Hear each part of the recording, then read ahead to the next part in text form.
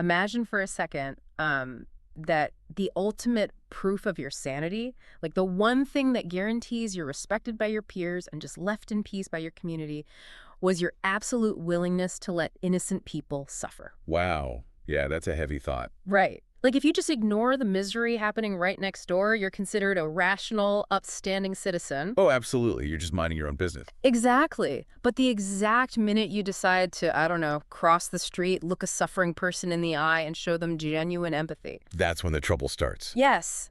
Suddenly, society diagnoses you as a madman and literally locks you in a cage. It completely inverts everything we think we know about, well, medicine, morality, and social order. Totally. You're basically describing a world where empathy is treated as a pathogen and apathy is the cure. And that is the exact world we are tearing into today. So, welcome back to a brand new deep dive. Excited to be here. We are looking at a really specific, brilliantly translated text today. It's the Turkish edition of Anton Chekhov's literary masterpiece, Ward Known 6. Yeah. Titled Altıncı Kusuş in Turkish.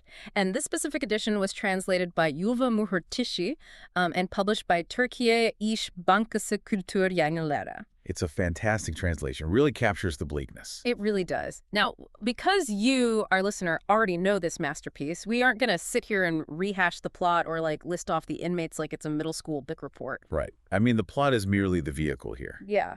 What we really need to investigate is the machinery underneath it all. We are looking at a decaying hospital in a really remote provincial town, like 200 versts from the nearest railway. Completely isolated. Exactly. And this isn't just a story about a hospital. It's a profound philosophical debate about how we choose to live and react to the world around us. Okay, let's unpack this.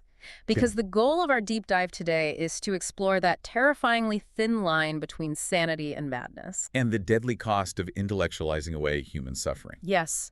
But before we can even get into the philosophical debate at the heart of this deep dive, we have to first confront the visceral physical reality of the space where this all happens. We really do. The squalor is, well, it's a character in itself. It is horrifying. The ward is this dilapidated outbuilding. It's surrounded by what they describe as a forest of burdocks and nettles. Which just screams neglect. Right. And it literally looks like a prison. It has this spiked gray fence. Oh, and the smell. Ugh, the smell. Sour cabbage, bed bugs, and ammonia. Just physically revolting. Yeah, and the order inside this place, and I use the word order very loosely, is maintained by Nikita. Right, the old ex-soldier. Exactly. He's this dutiful but brutally violent guy with a red nose and massive fist. He genuinely believes beating the patients is the only way to keep them in line. He does. And then you have the inmates themselves. There's a paralyzed man, a fat peasant, who just silently rocks back and forth when Nikita beats him. Which is so heartbreaking. It is. Then there's an ex-post office worker who is totally obsessed with imaginary honors, like the Swedish Polar Star Medal. And Moiseka. Yes, Moiseka. He's this harmless Jewish man who lost his mind like 20 years ago when his hat shop burned down. And they let him out to beg, right? They do, but then Nikita just steals whatever alms he manages to collect. It's so bleak. It's pure cruelty. But then the focus shifts to Ivan Gromov. Ah, Gromov. He's such a crucial figure. He really is. He's 33, a former court bailiff from a noble family that just completely fell into ruin. And he suffers from severe persecution mania. Right, he's constantly terrified of being falsely imprisoned. But at the same time, he is highly intelligent, well-read, and has this really warm, lively energy about him. He's the most alive person in the entire town, ironically. So when you look at all this, it's like a nightmarish forgotten attic where society just throws away the people it doesn't want to look at. That's a perfect way to describe it. But here's the thing that really gets me, and I want to push back on this a bit. It's shocking how normalized the brutality is. Like, the real madness seems to be Nikita's systematic violence. Yeah. Yet he's the one considered sane and in charge. What's fascinating here is how the setting reflects the broader society. Right. Maintaining this violent, mindless order is valued far above actual healing or human dignity. Nikita isn't some rogue bad apple. He is the blunt instrument of an apathetic state. So his violence is seen as necessary. Exactly. In this 19th century provincial town, or really any deeply entrenched bureaucratic system, maintaining the appearance of order is everything. Nikita's heavy fists keep the marginalized quiet, So society deems him perfectly sane. Man, that is grim. So that pivots us to the man responsible for all of this. Hmm. Dr. Andrey Ragin. The doctor who chose apathy. Right. How does an educated man allow this to happen under his watch? Well, when he first took the job, he actually was horrified by the state of the hospital. He was. There were cockroaches, rampant theft, patients literally sleeping in the same beds as the orderlies. But he just lacked the willpower to change anything. He completely gave up. He did. He has this rough, almost peasant-like appearance, but he walks really softly and apologizes to everyone. He just can't handle conflict. And then he rationalizes his inaction using this incredibly twisted version of Stoic philosophy. Oh, the philosophy. This is where it gets dark. Right, because he tells himself, well, everyone dies eventually. And suffering is just a natural process that supposedly leads to spiritual perfection. So what is the point of medicine? That's his logic. Exactly. He literally calculates that 12,000 patients have been deceived by the hospital's illusion of care over his 20 years there. 12,000. And instead of actually working or trying to fix it, what does he do? He spends his days reading history and philosophy, drinking vodka, eating pickles. And drinking beer with the postmaster, Mikhail Avryanich. Yes. The overbearing postmaster. Here's where it gets really interesting for me. He uses high-minded philosophy to excuse doing absolutely nothing. He weaponizes it. It's like the ultimate toxic detachment. It's like scrolling past a natural disaster on your phone and saying, well, the universe is chaotic just so you don't have to donate or help. That is a great analogy. It really captures the danger of his mindset. Ragin values the intellect above all else, but he detaches it completely from empathy and action. He cuts off the feeling part entirely. Yes. He takes Stoicism, quoting Marcus Aurelius and Diogenes, and twists its core tenets to serve his own cowardice. True Stoicism is about building internal resilience so you can act virtuously in a tough world. Right. Marcus Aurelius was an emperor managing plagues and wars. He didn't hide from it. Exactly. But Ragin uses it to decide the physical world just doesn't matter. Only the intellect matters. His intellect is like the severely overgrown callus. It might have started as a way to protect him from the friction of the world, but now it's so thick he can't feel anything at all. He's totally numb. But, you know, that bubble of philosophical detachment finally gets pierced. Yes, when he finally wanders into Ward North 6. Right, and he actually starts conversing with Ivan Gromov. The ideological collision. Yeah. Ragin is suddenly delighted to find someone in this miserable town who's actually worth talking to. He really is. But his approach is so flawed. He tries to comfort Gromov by telling him to find peace within himself. Oh, man. He brings up Diogenes again. He does. He tells Gromov that Diogenes lived happily in a barrel and quotes Marcus Aurelius on ignoring pain. And Gromov just fiercely attacks that philosophy. It is so satisfying to read. Gromov utterly dismantles him. He points out the geographical absurdity of it. Like, sure, Diogenes lived in a barrel in Greece, but Diogenes in Russia would have frozen to death in May. Right. You can't just positive think your way out of hypothermia. Exactly. Gromov argues that a living organism fundamentally must react to stimuli. Crying at pain, laughing at joy, getting angry at injustice. Yes, and he calls out Ragin's privilege so perfectly.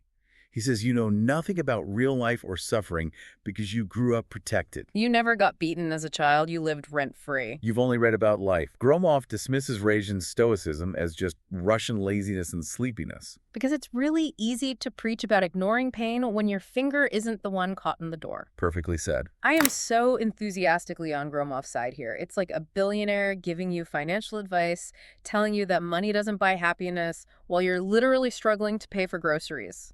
It's insulting, and this raises an important question. What does it actually mean to exist? Gromov's profound point is that true human existence is found in feeling and reacting to reality. Not just intellectualizing it away into nothingness. Exactly. To be human is to be in the arena. But of course, as Ragin finally starts to engage with a human being, as he starts showing empathy to Gromov, the outside sane world totally misinterprets this. Oh, they panic. The immune response of society kicks in. Right. The hospital staff, the town, they all start whispering. They do.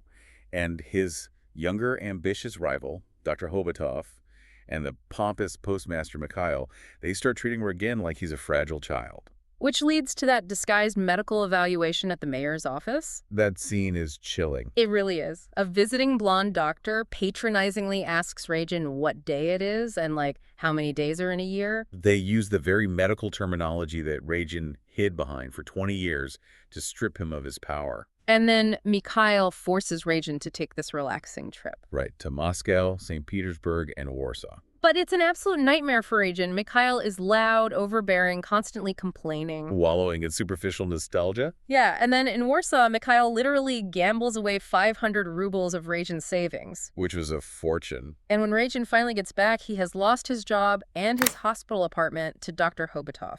He's forced to move into this tiny 3-room house with his servant Dryushka. He sinks into debt, like a 32-ruble beer debt, and he's just paralyzed by depression. And by the patronizing help of Mikhail and Hobotov. So what does this all mean for you, the listener? Notice the incredible irony here. It's staggering. When the doctor was ignoring his patients and letting them literally rot in filth, society thought he was perfectly sane. Model citizen. But the second he starts having deep, empathetic conversations with a patient, they deem him crazy. Because the community operates on a strict, superficial script. Ragin stepped outside the accepted social norms, so he's diagnosed as mad.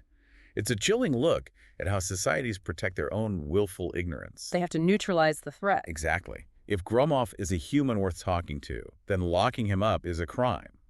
And the town cannot face that, so Ragin must be crazy. Which brings us to the climax. The trap finally snaps shut. The tragedy is inevitable at this point. Ragin's philosophical detachment is just violently shattered by physical reality. He finally snaps at Mikhail and Hobotov. He did. He throws a bottle of bromide at them and screams for them to leave. Which is, ironically, the most natural human reaction he's had in 20 years. It really is. He reacts to stimuli, but then he immediately feels shame for losing his temper. Because he's so conditioned to suppress it. But Hobotov weaponizes that anger. He tricks Ragin into visiting Ward Number 6 under the guise of a medical consultation. It's a cowardly move. It is. Once inside, Hobotov slips away. And then Nikita enters with a hospital uniform. An oversized shirt, short drawers, and a robe that smells of smoked fish. Nikita points to a bed, and Ragin realizes he is now a prisoner. The shock must have been unimaginable. And Gromov doesn't comfort him. Gromov mocks him. He says the bloodsucker is now having his own blood sucked. Which you can't really blame him for. Not at all. So Ragin panics. He tries to leave the ward, and what happens? Nikita brutally beats him. The ultimate reality check. Nikita punches him in the face, making his teeth bleed, and hits him in the back. The fist-hitting bone is the absolute refutation of all of Ragin's stoicism. Yeah. And in the aftermath, lying there in the moonlight, Ragin finally feels the agonizing physical pain. The veil is ripped away. He realizes with absolute horror that Gromov, the paralyzed man, Wyseka, they have endured this exact, inescapable suffering every single day for years, while he did nothing. It's devastating. It really is. It's the ultimate terrifying empathy by force. It's like an architect being locked inside a collapsing building that they knowingly design with cheap materials. Ragin's intellect could not save him from the physical reality of the world. The story punishes his apathy by making him a victim of his own system. And his body just can't handle it. He dies of an apoplectic stroke the very next day. 24 hours of actual reality and it kills him. So as we wrap up this deep dive, let's run through the key takeaways. We've seen the absolute horrors of willful ignorance. And the danger of using intellect, or philosophy, or even modern mindfulness, as a shield against empathy. Exactly. And we've explored that terrifyingly fragile boundary between who society calls sane and who it locks away. It really brings it back to you, the listener. Where in your own life might you be using logic or philosophy to distance yourself from a problem? A problem that actually requires your active, messy, uncomfortable empathy. It's an uncomfortable mirror. It is. So I want to leave you with a final lingering question to ponder on your own. Let's hear it. If conforming to a society that actively ignores human suffering is the definition of sanity, then isn't being labeled a madman the highest compliment a truly moral person could receive? Now that is something to think about. Thank you so much for joining us on this deep dive into the human psyche. We appreciate you being here. Until next time, stay curious.